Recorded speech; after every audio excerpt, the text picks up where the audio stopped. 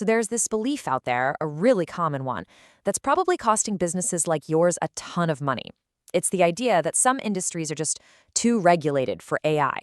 Well, today we're going to pull that idea apart. We're going to see why it's a myth and figure out how you can actually move forward and do it with confidence. Yeah, check this out. This quote right here, it really gets to the heart of it. The most regulated industries are not sitting out AI. Contrary to what a lot of people think, the big players in finance, law, healthcare, they aren't running away from AI at all. In fact, they're jumping in.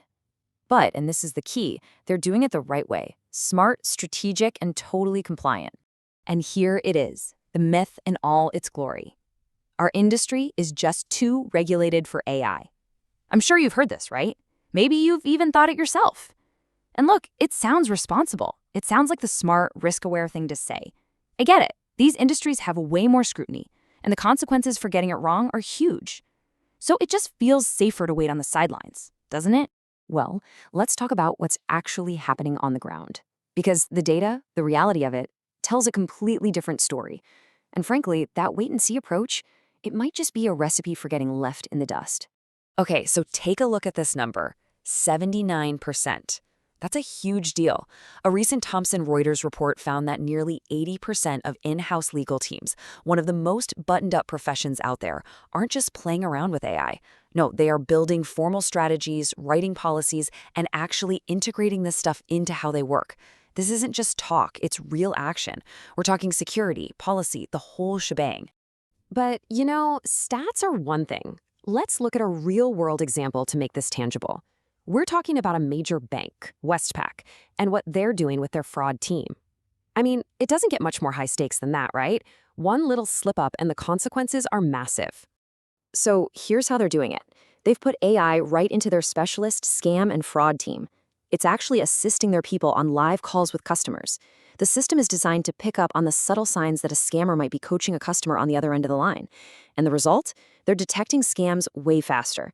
This is just a perfect case study. It shows that even in the most scrutinized, risk-averse places, AI can be an incredible tool, if you have the right approach. Okay, so the Westpac story kind of proves our point, doesn't it? Regulation clearly isn't a hard stop. So if that's not the real barrier, then what is? We've got to shift our diagnosis here and figure out what's really holding so many companies back. So let's ask it plainly. If regulation isn't the real blocker, what is? I mean, think about it. If these huge, risk-adverse, highly regulated companies are already making moves, then the whole "we're too regulated" excuse just doesn't hold water. The real problem has to be something else. And here's the shift we need to make. The problem people think they have is that regulation is a stop sign, that the industry is too strict, or that AI is just too risky. But the real problem? It's that they don't know how to implement AI safely. Their approach is unstructured. The way they're trying to do it isn't defensible. So you see, it's not an external regulation problem. It's an internal implementation problem. It's not the rules, it's the recipe. And this leads so many businesses straight into what I call the internal DIY trap. You know how it goes.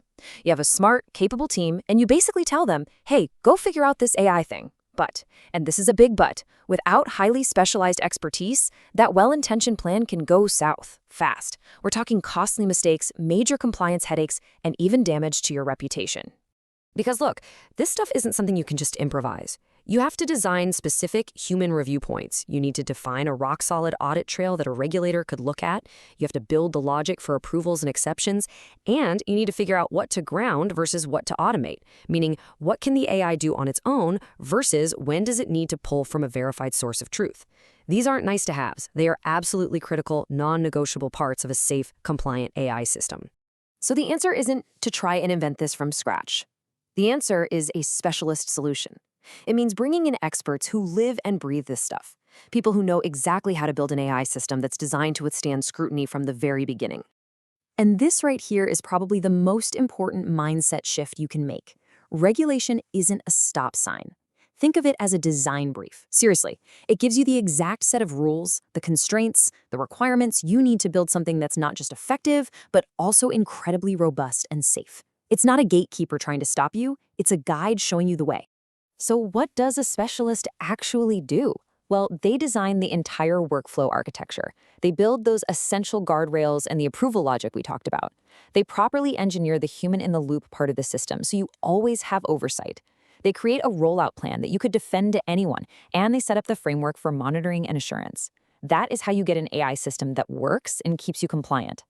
Okay, so let's bring this all home. What's the big takeaway here? It really comes down to asking a better question.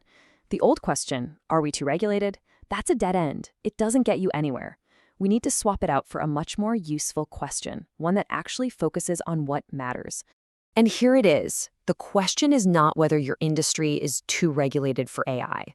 The real question is whether your AI is being designed properly. That's what you should be asking. Because the challenge isn't the rules themselves. The challenge is the lack of a proper design. And getting that design right, well, that's not some kind of mystery. It's a discipline.